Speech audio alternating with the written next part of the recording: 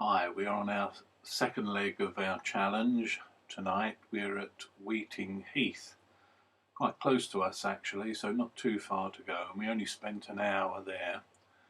Most people go to Weeting Heath to see the stone curlews, or thick knees as they are called, a rare summer visitor to this country. Only something like 350 pairs breed in this country. They're most active between dusk and dawn, although we have seen them actively foraging during the day when they've got chicks. I think they are increasing because last year we found 3 nest sites of our own well away from Weeting Heath, and all of them were viewable from the roadside. And one in particular we saw 2 chicks. But this is the main place to see them. We're very fortunate, we've also seen them on Salisbury Plain as well, along with the bustards. But we came here just for an hour tonight to see if we could spot one. We knew they had returned. They returned to this country to breed in March and then fly to their wintering grounds in southern Spain, southwest France and northwest Africa in October. You see a panorama of the heath now.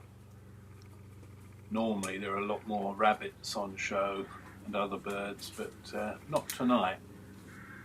It was quite a warm night as well. It was 14 degrees centigrade, not too much wind, and there was some late evening sunshine, and the light kept changing all the time, which made photography and videoing quite difficult. And also another thing that made it difficult was the fact that there was some clown walking around the edges of the reserve, which certainly seemed to spook some deer, as you'll see later on.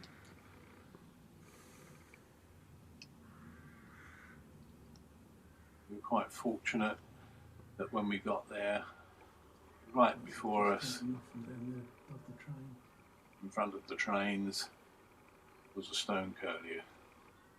We actually saw 3 there this evening.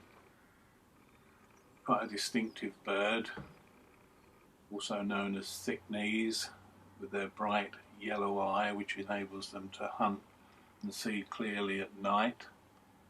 But tonight they weren't very active, and this was the only one that really turned and faced the camera. The other 2, one was in a dip and the other one was in a small bush. We couldn't really get a clear view of, but you can see the yellow eye there. There's one that you can see sitting up. Bright yellow legs. To the right a bit, not very These far. Birds feed mainly off of insects, which they forage for at night. Here you can see the clear yellow eye. Very difficult to spot at times. If they feel threatened at all, they'll just hunker down and in the right ground where they feel comfortable. It is so difficult to even see them at all. But normally they're very active. One of the problems we've had before when we've tried to film them is actually keeping up with them, because they're quite mobile when they're hunting for food.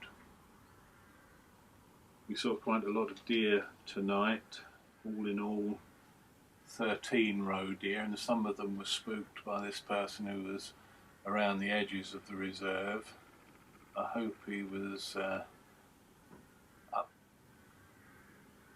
not up to any mischief or anything like that, because one of the serious threats to this bird is egg collectors. But we do have a video of his face if anyone wants to see it. The Norfolk Wildlife Trust, please contact us and we'll let you have it. This must be the cleanest stone curlew in the whole of England at the moment, because he spent nearly an hour preening himself.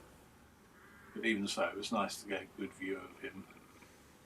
We did see corvids, a buzzard and a kestrel as well. Lots of roe deer, stags about.